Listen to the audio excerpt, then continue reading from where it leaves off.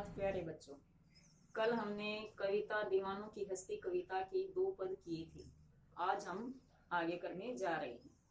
इन पदों को भी ध्यान से सुनना है। अगर कोई लाइन समझ में नहीं आए तो बेटा मेरे व्हाट्सएप नंबर पर डाल देना, मैं समझा दूंगी। ध्यान से सुनना है। अब हमारा तीसरा पद, किस ओर चले यह मत पूछो, चलना है बस इसलिए चले, जग से उसका कुछ लिए चले, जग को अपना कुछ दिए चले। किस ओर चले यह मत पूछिए। कि वीर क्या कहते हैं? वीर कहते हैं कि हम किस ओर जा रहे हैं, हमसे ये न पूछिए। क्यों नहीं पूछिए? क्योंकि हमारा कार्य आगे चलते रहना या हमें आगे बढ़ते ही रहना है। चलना बस इसलिए चले, हमें केवल आगे ही बढ़ना, इसलिए हम चलते ही रहेंगे। हमसे ये न पूछिए कि हम क्यों जा रहे हैं और कहाँ जा रहे हैं। जग से, जग क्या? संसार। जग का क्या मीनिंग है? संसार। उसका सब कुछ लिए चले। संसार से हम कुछ अच्छी बातें लेकर जा रहे हैं, कुछ अच्छे गुण ग्रहण करके जा रहे हैं। जग को अपना कुछ और संसार को अपना कुछ देकर जा रहे हैं। संसार से कुछ अच्छी बातें तो हम ग्रहण करके जा रहे हैं और अपनी कुछ अच्छी आदतें संसार को देकर जा रहे हैं। तो बेटा यहाँ पर कवि के कहने का भाव क्या है? कि कवि के कहने का भाव है कि वीरों का कार्य आगे बढ़ने का ही कार्य है, कि वो संसार से कुछ अच्छी बातें लेकर भी जा रहे हैं, वो संसार को कुछ अच्छी बातें देकर भी जा रहे हैं। अब बेटा विशेष में हमने क्या लिखना है? विशेष में लिखना है कि इसमें कवि ने देशभक्तों, देश की दीवानों की वीर गाथा का वर्णन किया है कि वे किस ओर जा रहे हैं, इसके बारे में नए पूछने का संकेत दिया है। अब इसमें बेटा भाषा कैसी है? कवि की खड़ी बोली का प्रयोग किया गया है। ये पद बेटा पूरा हो गया। अब हम चौथा पद, दो बात कही दो बात सुने, कुछ हंसे फिर कुछ रोई। अब यहाँ पर कवि क्या कहता है? कि कवि कहता है कि देशभक्त वीर जब यहाँ इस संसार में आए तो उनसे हमें कुछ अच्छी 2 बातें कही भी और उनकी 2 अच्छी बातें हमने सुनी भी, क्योंकि हमें उसे कुछ अच्छा भी कहा हमने और उनसे हमें कुछ अच्छी सीख भी ली है, कि हमसे उन्होंने सीखा भी है और उन्होंने हमें सिखाया भी है। कुछ हंसे कुछ रोए, कुछ ऐसी बातें हैं जिनको सुनकर वे हंसने लगे हैं, कुछ ऐसा दृश्य भी उनके सामने आया जो दुख से भरा हुआ है, उसको देखकर उनकी आंखों में आंसू भी आए हैं, रोए भी हैं। तो यहाँ पर क्या सुख और दुख की स्थिति का वर्णन किया है कि सुख के समय उन्होंने खुशी महसूस की है, जब दुख आया तो कुछ रोने का मन भी उनका किया है। छक कर जी भरकर, छक कर का क्या अर्थ है? जी भरकर। सुख दुख के घूंटों को, सुख और दुख को उन्होंने उन घूंटों को पिया है, उसको सहन, पिया का क्या है? सहन किया है। सुख और दुख को भी उन्होंने सहन किया है। कैसे किया है? हम एक भाव से पिए चले।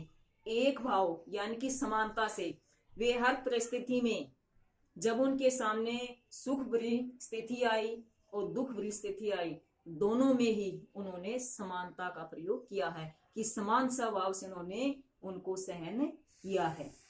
तो बेटा यहाँ पर दीवानों के समान स्वभाव का वर्णन किया है कि उनके जीवन में समानता है, वे हर परिस्थिति में एक स्वभाव से जिए, उन्होंने कोई भी भेदभाव, सुख और दुख में भेदभाव नहीं किया है।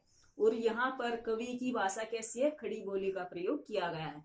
सुख और दुख, सुख दुख विलोम शब्दों का प्रयोग किया गया है। अब बेटा हमारा अगला पद, 4 पद हो चुके, 5वां पद देखो। हम भिखमंगों की दुनिया में स्वच्छंद लुटाकर प्यार चले, हम एक निशानी सिर पर ले असफलता का भार चले। अब यहाँ पर भिखमंगों की दुनिया, भीख मंगा क्या होता? भीख मांगने वाले, भिखारी। तो यहाँ पर कवि ने क्या कहा है? कि कवि ने वीरों के माध्यम से क्या कहा है? कि ये संसार एक भिखमंगों के समान है, भिखारी के समान है। ये संसार हमसे लेना जानते हैं, हमें देना नहीं जानते हैं। क्यों नहीं जानते हैं?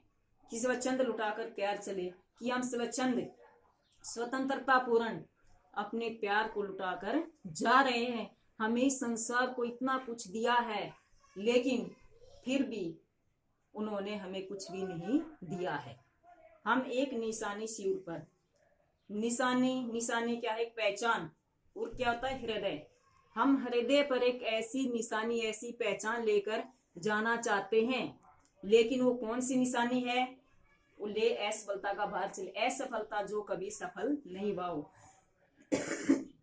हम एक ऐसी निशानी अपने हृदय पर लेकर ले जाना चाहते थे, लेकिन हम जैसे संसार को बनाना चाहते थे वैसा ये संसार नहीं बना।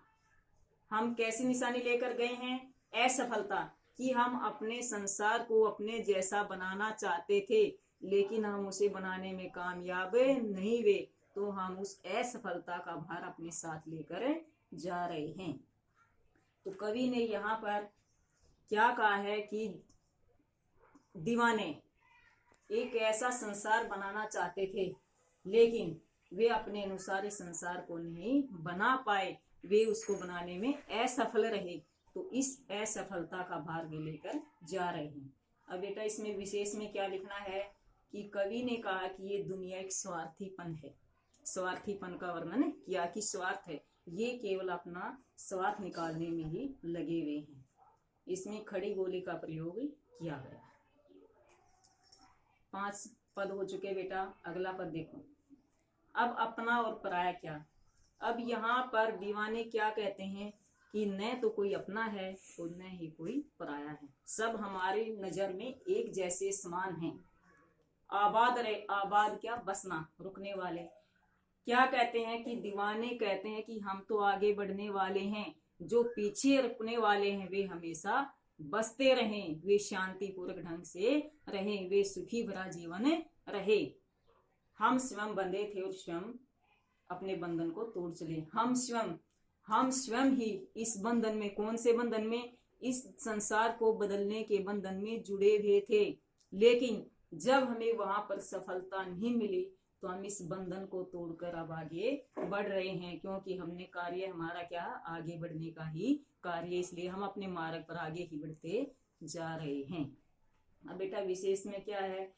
इसमें कवि ने सच्चे वीर की निस्वार्थ भावना का वर्णन किया है। खड़ी बोली का प्रयोग है। अपना पराया विलोम शब्दों का, इसमें अपना पराया क्या है? विलोम शब्दों का प्रयोग किया है। बेटा ये कविता हमारी पूरी हो गई है। इसको फिर नोटबुक में लिखना है, जैसे मैंने फॉर्मेट बताते वैसे ही। क्या लिखना है? पहले तुमने पद लिखना है। पद में पहली लाइन बीच में डैश लगाकर अंतिम लाइन लिखनी है। फिर क्या लिखना है? शब्दार्थ। फिर क्या लिखना है? प्रसंग। प्रसंग लिखने के बाद व्याख्या, और व्याख्या के बाद इसका क्या करना है? विशेष लिखनी है। ऐसे ही ये कविता पूरी बेटा फिर नोटबुक में लिखनी है। और इसके साथ मैं प्रश्न उत्तरों की भी फोटोकॉपी भेज रही हूँ, उसको भी फिर नोटबुक में लिखना है। धन्यवाद।